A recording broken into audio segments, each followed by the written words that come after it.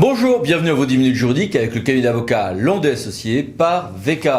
Alors, c'est la rentrée et avec la rentrée, comme l'an passé, nous allons survoler l'actualité de ces 2 derniers mois.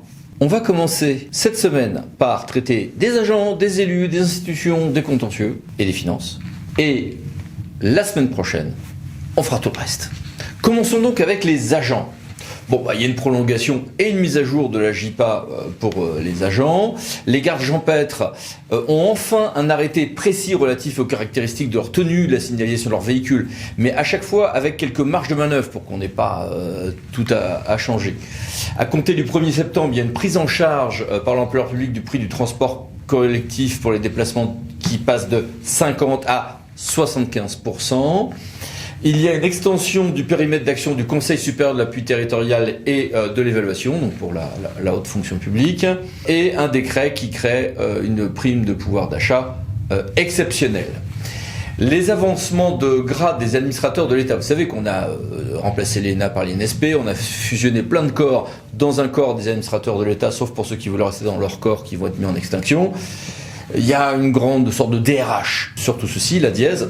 Eh bien, on a une circulaire sur la ligne directrice de gestion interministérielle propre à ces avancements de grade de ces administrateurs de l'État. Réforme de la haute fonction publique toujours. Le Conseil d'État nous dit que le nouveau régime est bien conforme aux règles d'indépendance et d'impartialité des membres des inspections générales, qui restent en tout cas suffisamment effectives et qui refusent de créer un grand principe dans ces domaines.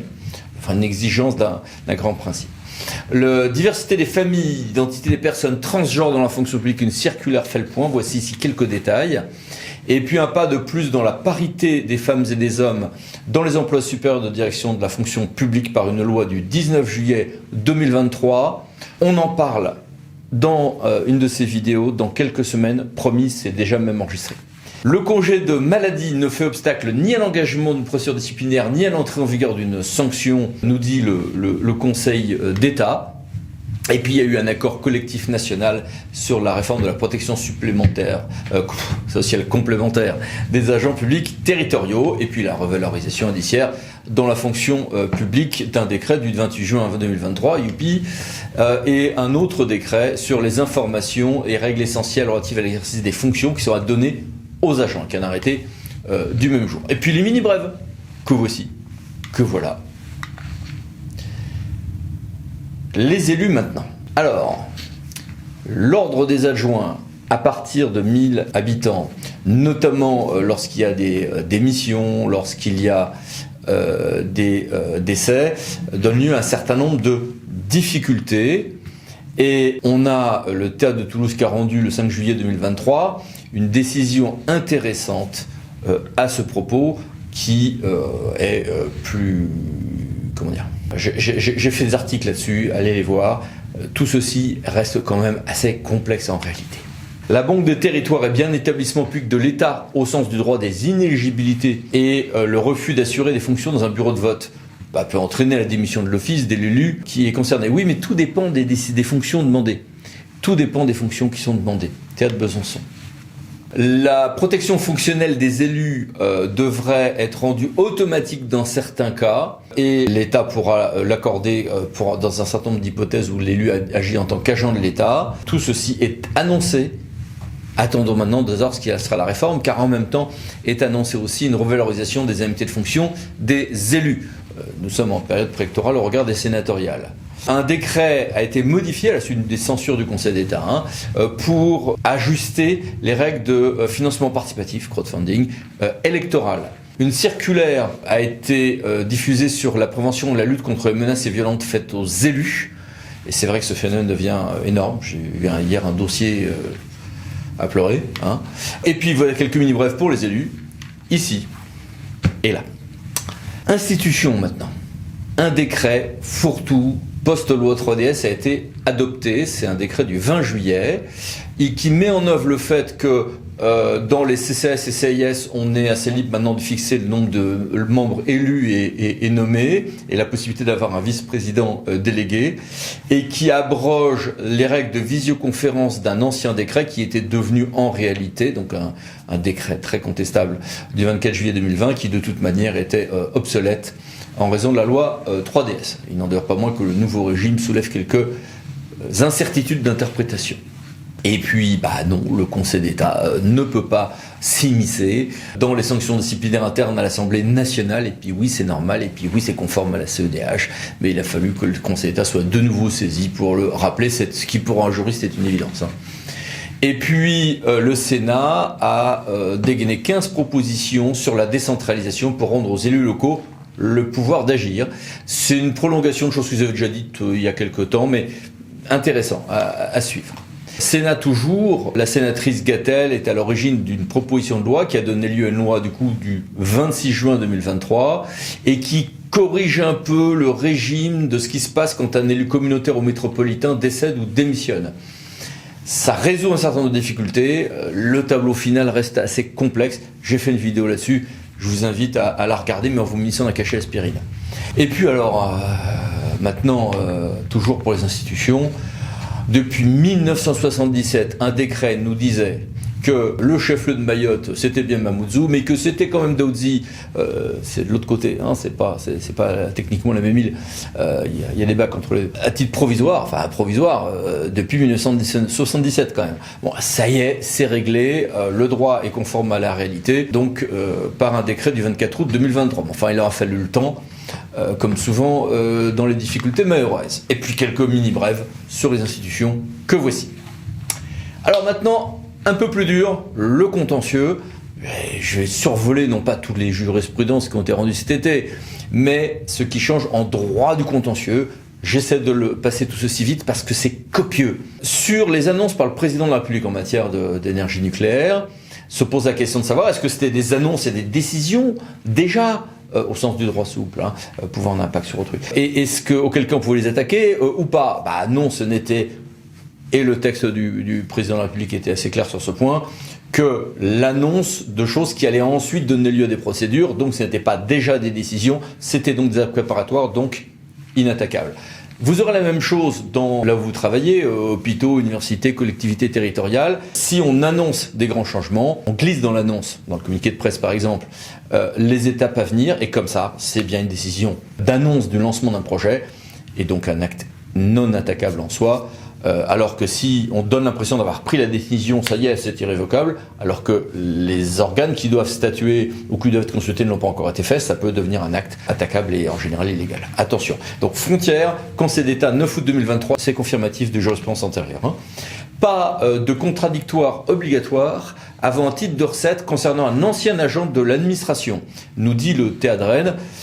Les formulations de ce TA sont un peu plus larges que celles d'autres jurisprudences.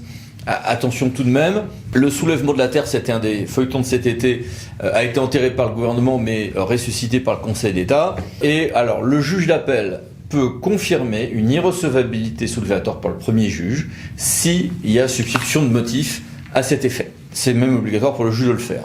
Un référé mesure utile ne peut conduire à des effets réversibles.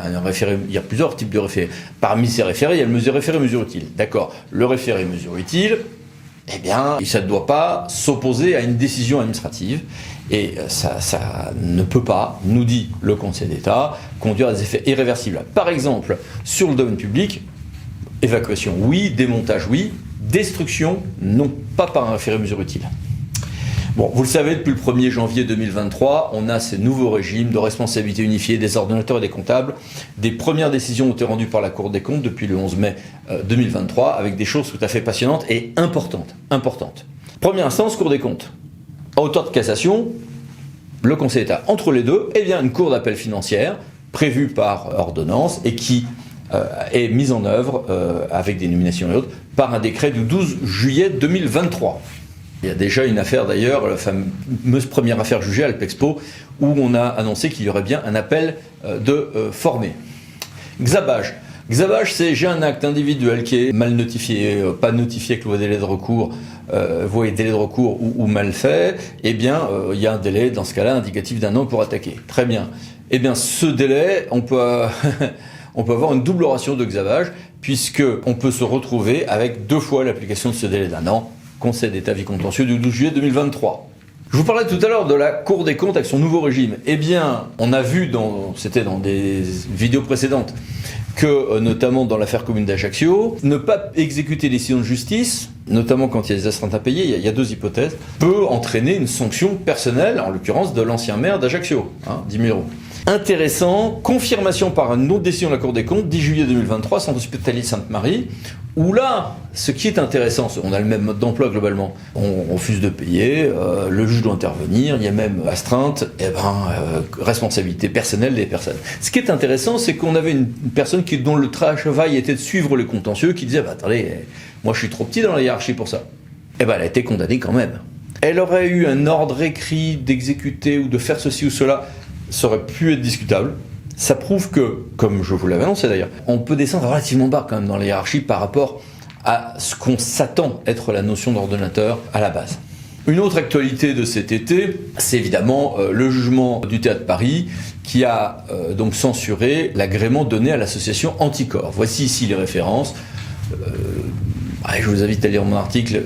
Le jugement a l'air simple, les questions sont assez complexes. Il est possible d'être nuancé sur ce sujet sans partir forcément en croisade de part ou d'autre. 8 décrets, tout de même, ont été pris pour les membres des juridictions administratives cet été, généralo-financières, sur télérecours citoyen, sur les visio-audiences, donc tous en date du 21 juin 2023, début de l'été. Et puis les mini-brèves en matière de contentieux. Alors j'en ai mis plein. Là, et là. Allez, quelques mots de finance pour finir. Une loi de 2021 sécurisait les trésoreries des associations via la Caisse des dépôts et consignations. Eh bien, on a, enfin, un décret d'application à cet effet, du 20 juillet 2023, visant notamment à rendre plus facile, au sein des comptes de la Caisse des dépôts, l'identification de ces associations et des flux concernés. On a annoncé, ce n'est pour l'instant qu'une annonce, une garantie financière minimale en termes de dotation de l'État pour les communes nouvelles. Ce n'est pas une dotation commune nouvelle comme ça a été écrit parfois, c'est bien une garantie financière minimale à suivre. Les contrats de Cahors, vous vous souvenez, les plus grosses collectivités conventionnaient sur l'évolution de leurs dépenses. Et si elle ne le faisait pas, c'est le préfet qui s'est substitué. Il y avait eu des décisions jurisprudentielles intéressantes. Oui, sauf que le Conseil d'État est revenu à une plus grande dureté sur le mode d'emploi de tout ceci. De toute manière, maintenant, c'est l'histoire du droit. On a failli avoir une sorte de contrat de Cahors bis pour les années en cours, mais ça a été abandonné. Et puis quelques mini-brefs sur les finances, que voici. Et puis, à la semaine prochaine pour la suite de ce survol des actualités de l'été 2023. Bon courage pour la rentrée, à bientôt. Pensez à vous abonner aussi. Merci, au revoir.